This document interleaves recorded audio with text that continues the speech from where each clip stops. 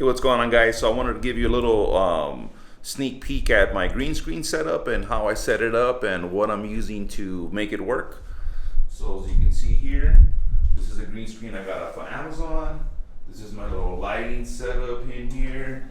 I use both of these. One of them is for my head, and the other one is to light up the background a little bit more evenly. That way we get a better green screen look whenever we do use it in Adobe Premiere. As you can see here, I mount my camera right here, and then this is what it looks like when we're editing. Screen directly behind me, and we're gonna change the color now. And I